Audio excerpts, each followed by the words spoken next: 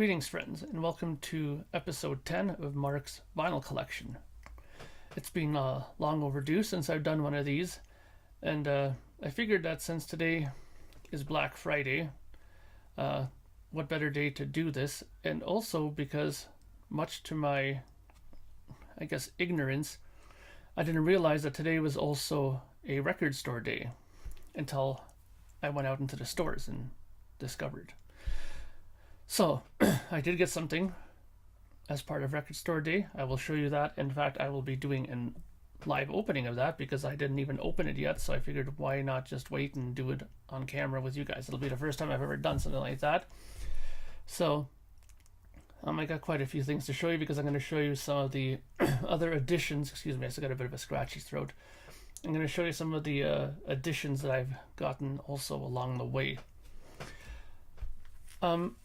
In case some of you are also wondering, a lot of my records that I have acquired of late, I've been showing on my Instagram page. So what I'll do is I'm going to leave a link below to my Instagram page, because a lot of the records I've been getting, I haven't been making videos for, to be quite honest. I've been quite busy with the Project Gemini stuff, so I haven't really been making as many videos about the vinyl end of things, but I'm going to change that. I'd like to get back to doing that, so it's going to start now with a few of these and a couple of the stuff I got today from Record Store Day. So let's start with the first contestant.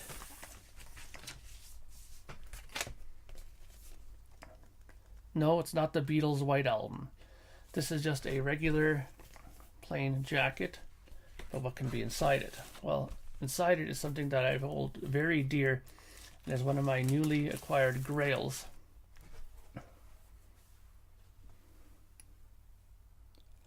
This is a test pressing for Kim Mitchell's 1984 record, Akimbo Logo, or 1985, pardon me. No, I think it's 84 actually. What makes me confused a bit about that is that if you look at the stamp on the date, it says February 8th, 1985. I believe this was another pressing of the record, possibly a reissue of the record, which is very interesting because I didn't even know that there was a reissue of this in America. If there is, then I have the test press of it, or quite possibly this is not the pressing that they used for the record, which makes it even more fascinating, to be quite honest. Just trying to see if there's any kind of distinguishing markings on here. We obviously know it's a Specialty Records press, the serial number being STIL 855635-A. And I believe, if I'm not mistaken, there was a sterling stamp on this as well, making this obviously being a mastered at sterling sound. So this is a very prized collection piece for me. I'm a huge Kim Mitchell fan. As some of you may or may not know, Kim Mitchell was the guitarist, vocalist for a band called Max Webster that was very big in Canada, and we're just starting to pick up steam in America when Max Webster decided, Kim Mitchell decided that he had had enough of the touring life and stopped. But that's another story for another time. Next up is another record that I was overjoyed to have found, and mainly I was overjoyed because it didn't cost me 7 arms and 2 legs to buy it. That is the Canadian release, Twist and Shout, the Beatles.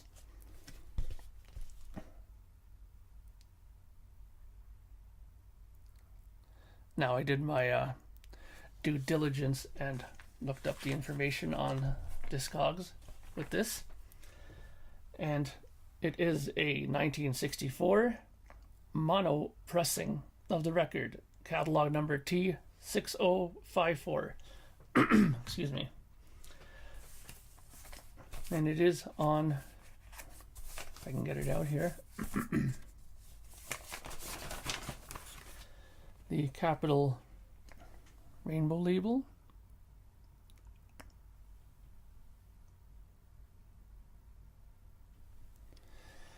And It's in really nice condition, actually. I was very, very surprised to have found this.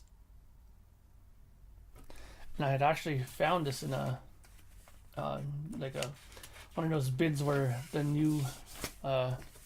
newest records that came in for the day were placed in.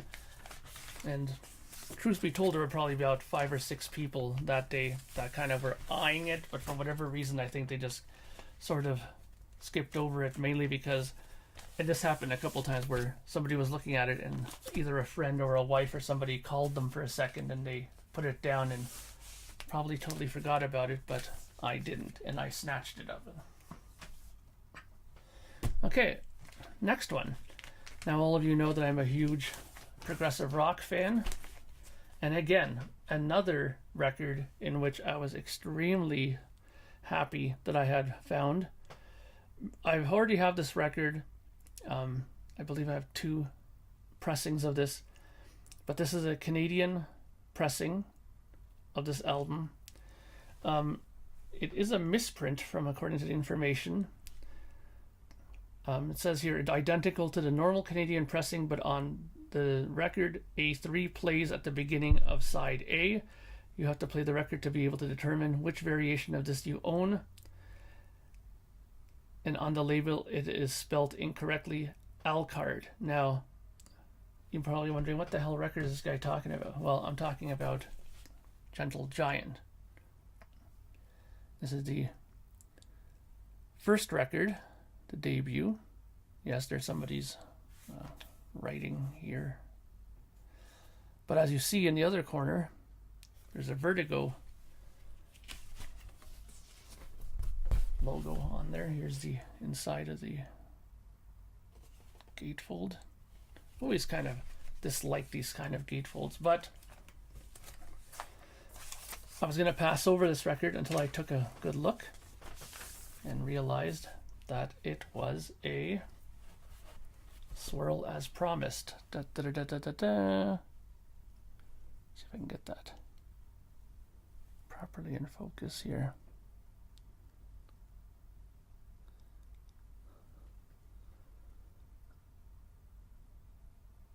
There we go.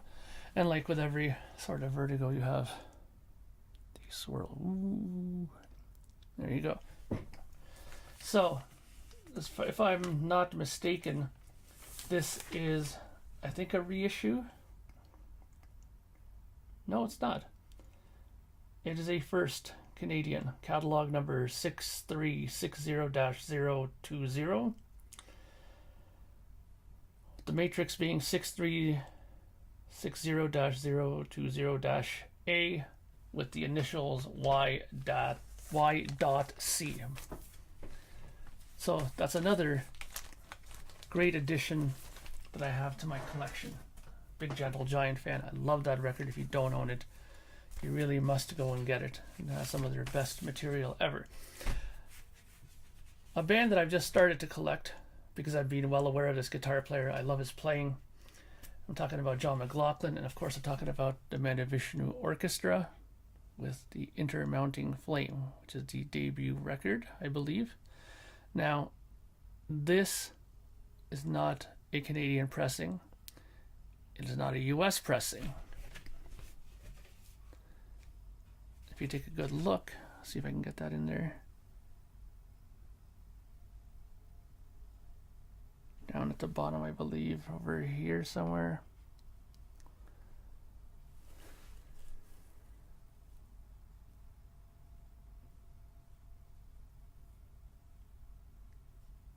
Of course, let me try to block out this. Anyway, take my word for it. It says Brasilia. So this is a Brazilian pressing of the record. Very interesting. I was hoping to find just, a regular Canadian pressing to start off with. I didn't think that I would start collecting his records and start off right away with a foreign version of it. There you go. The record looks really nice. And truth be told, I haven't played it yet because I have been caught with a couple of other things to do. I have taken a listen to the Kim Mitchell test press, and it sounds absolutely unbelievable. What volume and power in that pressing. I'm really curious to compare it to my actual Canadian first press of that record to see if there's any real difference in it. But anyways, that was that. Now, of course, anybody who knows me well enough knows that I'm a huge Rush fan. And like their whole catalog I have pretty much on vinyl to begin with, so everything now is just variations, but every good collector needs to get these sorts of pressings. So this is Hold Your Fire, a record that took a little while for me to get into, but now I really extremely love this record. There's the hype sticker for it, and if you take a look at the back, you will see that it's a gold stamp promo of this record. This is kind of a hard record to show. Well, you all know what that is. There you go. Now, with some gold stamp promos, they're just stamped and there's nothing else indicating on the record itself whether or not it is a promo record, but not in this case. As you can see here, it says very clearly there, promotional copy, not for sale. And I took a listen to this last night and it sounds really, really good. I compared this to my original pressing. They're similar, except I find that this album is a little better on the top end. It's more smoother. It's not as bright, but to my ears, I like that better. It's a much nicer listen sonically. Okay, so those are the records that I got that were used and so on and so forth, and that I didn't need to open. But now I'm going to have my two that I picked up today, and I will open them with you. So the first one that I acquired today is a band that I have very few records of theirs on vinyl. I have everything of theirs on CD. Pardon me. And I'm just starting to acquire their catalog on vinyl. So I had to jump at this. They had plenty of their other albums on vinyl and from this collection, but I figured that this is the record that really touched me when I first heard it, so I'm going to get this first. I'm talking about Judas Priest and Unleashed in the East. And you can see this is the We Are Vinyl version.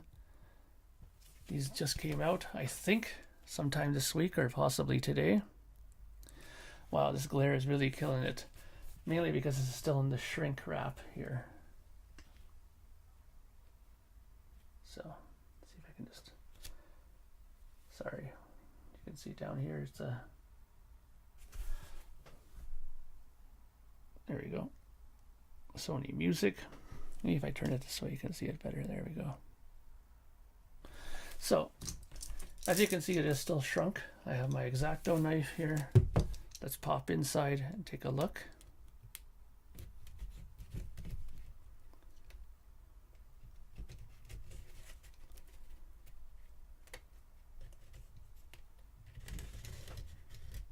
Just be careful not to cut anything inside.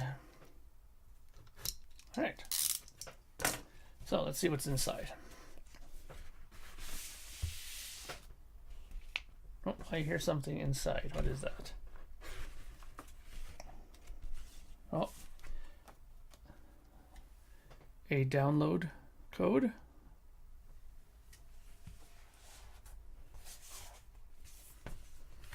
Oh, you know what? Here.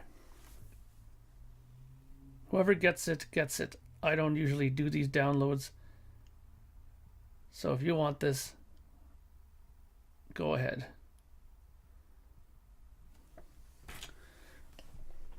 You're welcome. So let's take a look at what's inside. You have a nice jacket. This is rather nice. I didn't have this record before on vinyl, of course, so I can't really compare and tell you if this is any different. If anybody has a pressing of this, let me know if this is some kind of a new thing that they did with the jacket. looks very nice. Wow. Okay, so here we have the label.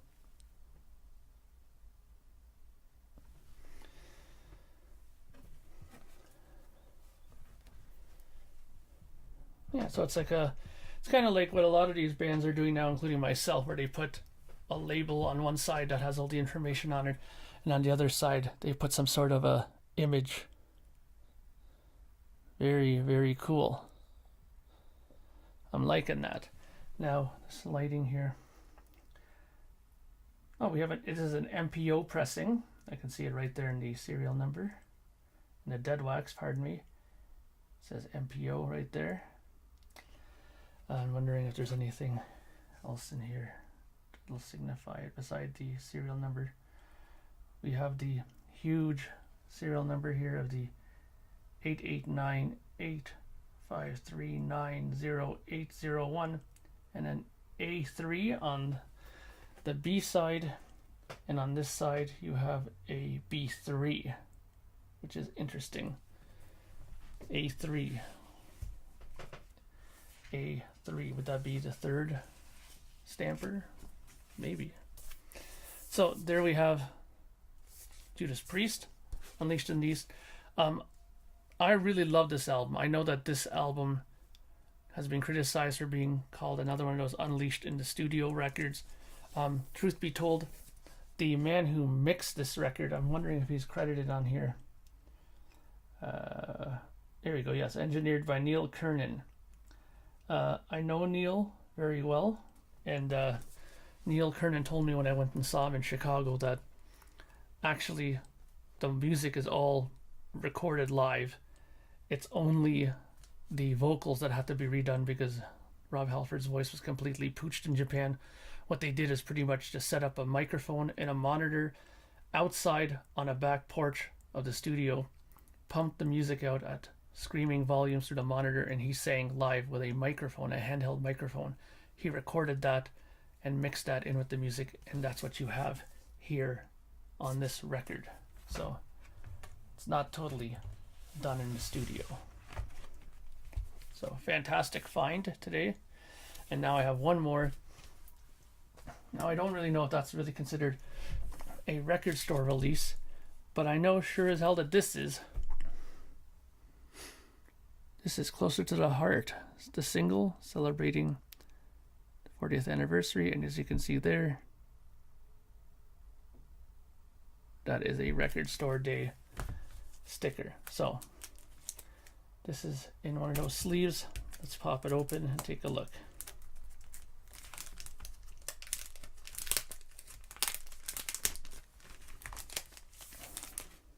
Okay, so it's in God, sorry guys.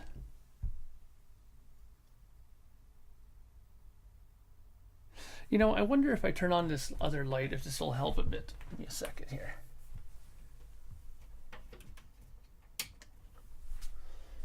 This might make it worse, or it might make it better. So let's see. Yeah, it's a bit better, I think.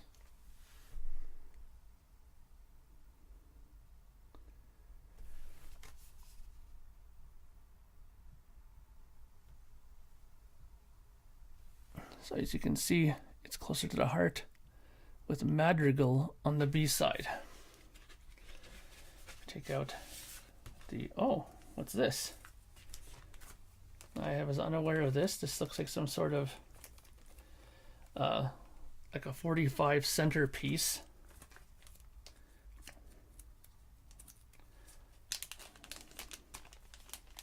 That was a real emotion there. I was very surprised. A Farewell to King's 45 centerpiece, it looks like.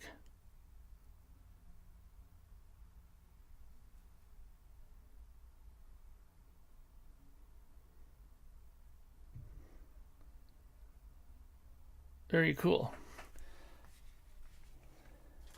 Sorry, my camera doesn't seem to be focusing very well. So it's in just a regular kind of generic sleeve here. Take it out. This is very keeping it old school style.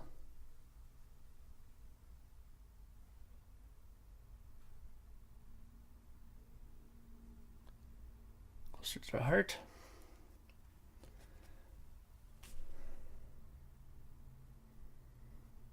Act with madrigal. Sorry guys, what the hell, man?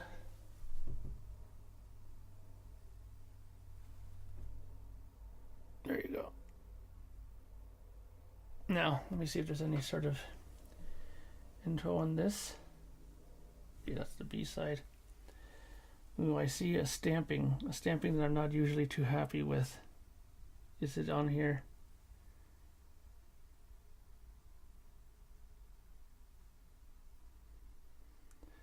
What I'm looking for is the DGZ, sorry, vinyl stamping indicator. It's not on here, which I'm very grateful for, but it does have a sort of stamp on here.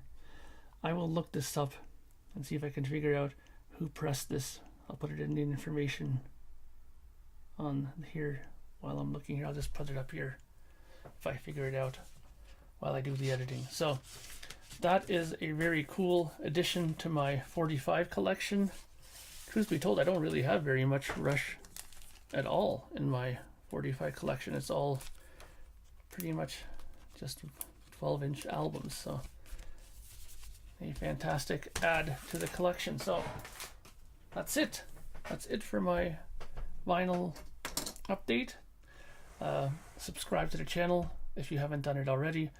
Thank you everybody who's also watched my latest Project Gemini update video. It's gone very well. Lots of people have been watching it.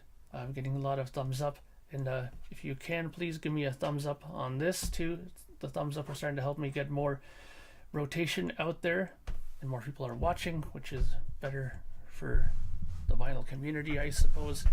So give a brother a hand and give me a thumbs up. Okay, so that's it for now. I'll talk to you guys later, and have a good night. Bye for now.